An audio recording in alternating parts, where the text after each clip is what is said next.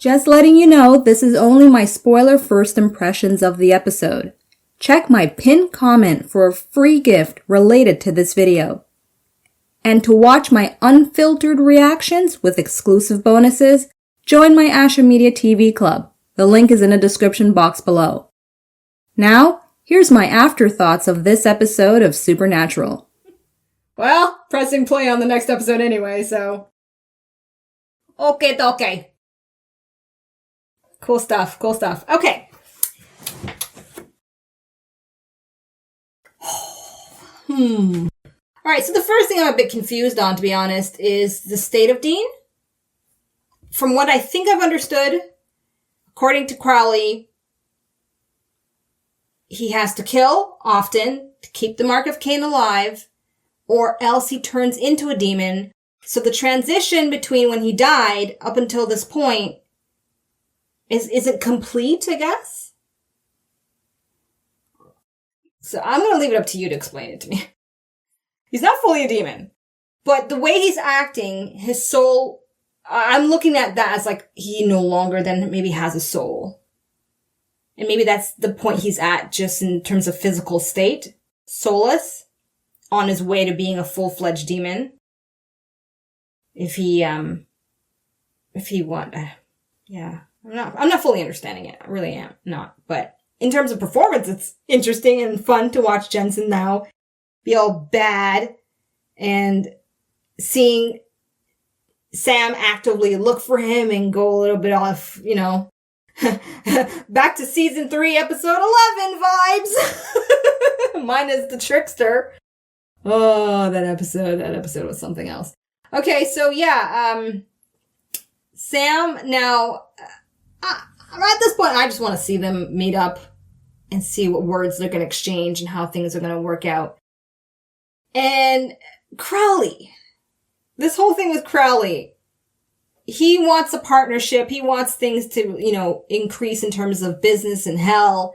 And Dean is not having it. Dean's not interested. So there's a part of me that's kind of like, well, then if it's been 6 months of this, right? Why doesn't he just leave Crowley? Go about your business. Crowley's not going to try to, Crowley has no control over him. So that's kind of odd. I get if it was maybe 6 weeks, they're just in the preliminary stages, but 6 full months of just hanging out in bars.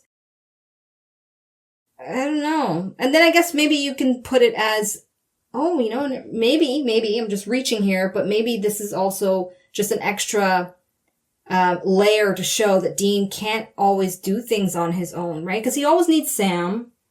Maybe that's just a transference of his codependency. He doesn't have Sam to do that with anymore.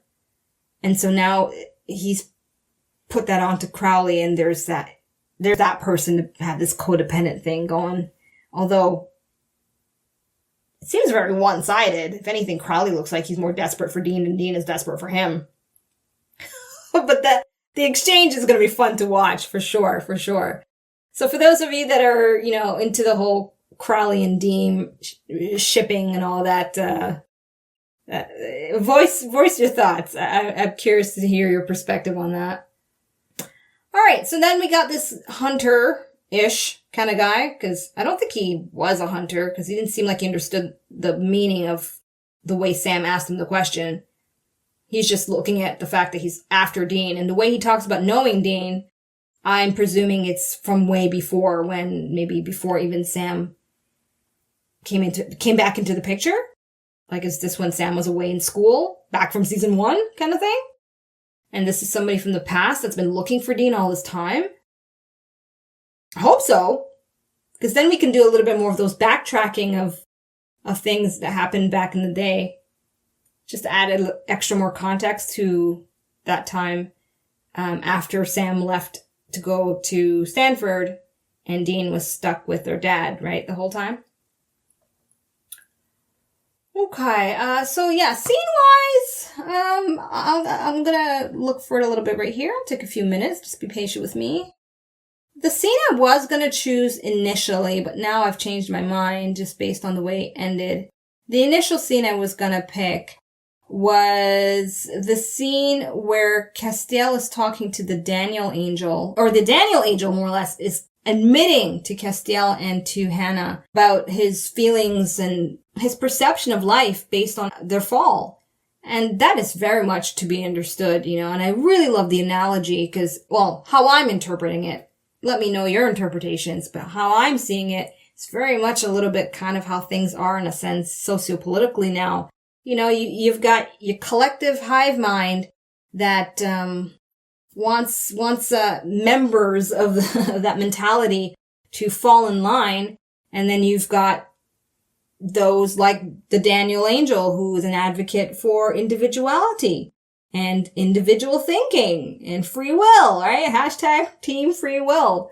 And Castiel understands both perspective, and I like how through the dialogue, he's trying to relate it to Hannah for her to understand, but she only can see it from the lens of an angel because she hasn't had that human experience that Castiel has had the advantage of. And so for her, it's very difficult for her to get on that level. And so if in terms of like siding with whoever is right or wrong, I don't think that's the point. But I'm all for free will. So I hope she gives up on her quest, because what's the point of it if it's just I said it out loud, like she's just repeating the same stringent, follow orders that Naomi did anyway, and look where that got her. And so I'm surprised that Hannah hasn't noticed the pattern that she's actually following the same exact thing that she didn't like in the first place, by being militant and creating a dictatorship that's serving nobody. Now I may have missed it, so let me know if I did. It seemed as if there's not many angels who are rebelling. Is it just a tiny minority they're going after? Because if that's the case, that looks even more kind of silly. To me, it's like, just leave them be. If they're not hurting nobody, if they're not creating Nephilims left, right, and center, I think it should be fine, right? It should. Anyway, yeah. So that was the scene initially I was going to pick, but now the scene that I think deserves some credit is that last part with Dean and his monologue, because it's giving you some idea as to the kind of mindset I can look forward to bigger picture wise for the upcoming episodes until perhaps halfway through the season, where they normally will shift into a different narrative. Okay, Ashamoji wise. Now, I will say that although it's nice to see where everybody's at, even though I did not expect it to be such a huge jump of 6 months, but I think it was 6 months in the previous seasons too, right? So maybe I shouldn't be all that surprised by that. Yeah, that's just me being me, silly me. But the pacing was a bit on the boring end. Like, I would only rewatch this to just go fast forwarding to the funny scenes, the funny clips, the karaoke moments, really? That's the highlight of the whole damn episode. The karaoke moments, especially after seeing Jensen in The Boys season 3, where there is some singing. So if you haven't tuned into The Boys, and if you're a Jensen fan, get on it, because you're missing out on really great stuff that he delivers in that series. Excuse me. Some of my. Yeah, so the singing was fun, but it wasn't. It's not a season opener that gets me really going like the season opener for season 9. It's number 1. It's my number 1 pick for that season for a reason. And this episode doesn't really match up for me at this time after this first watch. So I'm going to give it's in between a 3 and a 4. So I'm going to give it 3.5 Ashamojis. So although you're seeing 3 on the screen, just imagine that extra half emoji that I'm too lazy to make. Okay. So what's in between good and great? Very good. Huh? I should put that in there, actually. Okay. I'll try to make it a point, but I don't think many of you care. A lot of you don't even like me putting Ashamojis anyway. So it's very good. It's very good. All right. There you have it. That's my reaction to episode 1 from the 10th season.